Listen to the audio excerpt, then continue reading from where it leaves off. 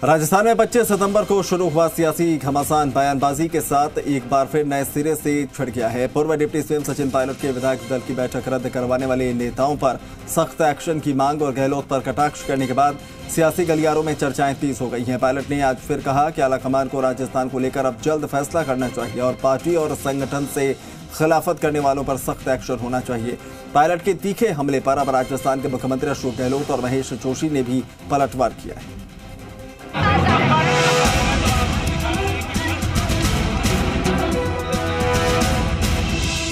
राजस्थान में 25 सितंबर को शुरू हुआ वो सियासी घमासान तो आपको बखूबी याद होगा।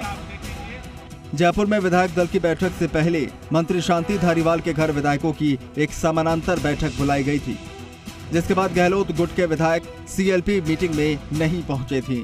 इसके बाद दिल्ली से आए पर्यवेक्षक वापस लौट गए थे। लेकिन इन दिनों शांत हो चली राजस्थान कांग्रेस की सियासत में सैनिक कल्याण राज्य मंत्री राजेंद्र गुढ़ा के बयान ने फिर से हलचल मचा दी है।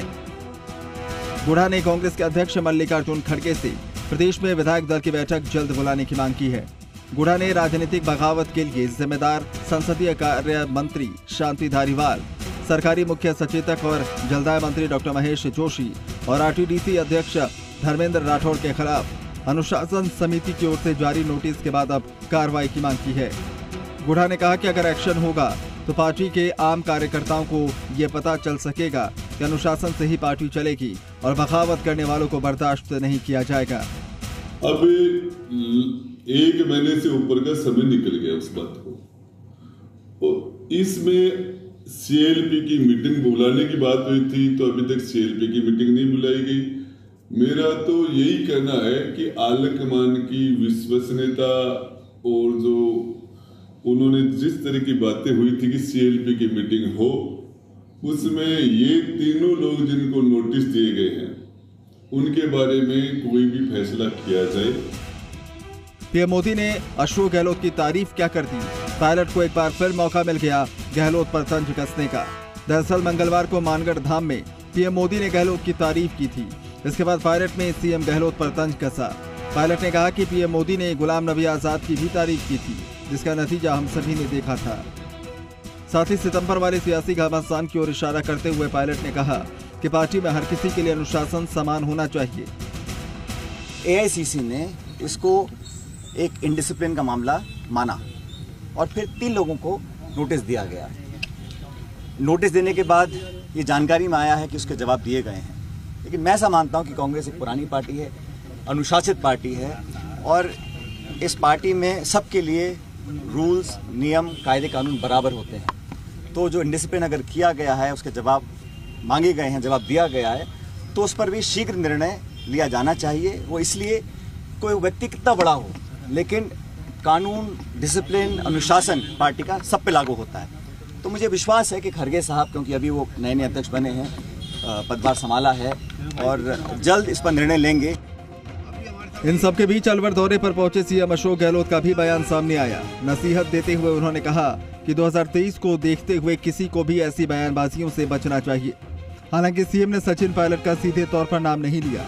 गहलोत ने आगे कहा कि एक तरफ हमारे नेता लाखों किलोमीटर पैदल चल रहे हैं और सड़कों पर पसीना बहा रहे हैं। ऐसे में हमारे सामने एक ही मकसद होना चाहिए, हमारा लक्ष्य सरकार रिपीट करने पर होना चाहिए।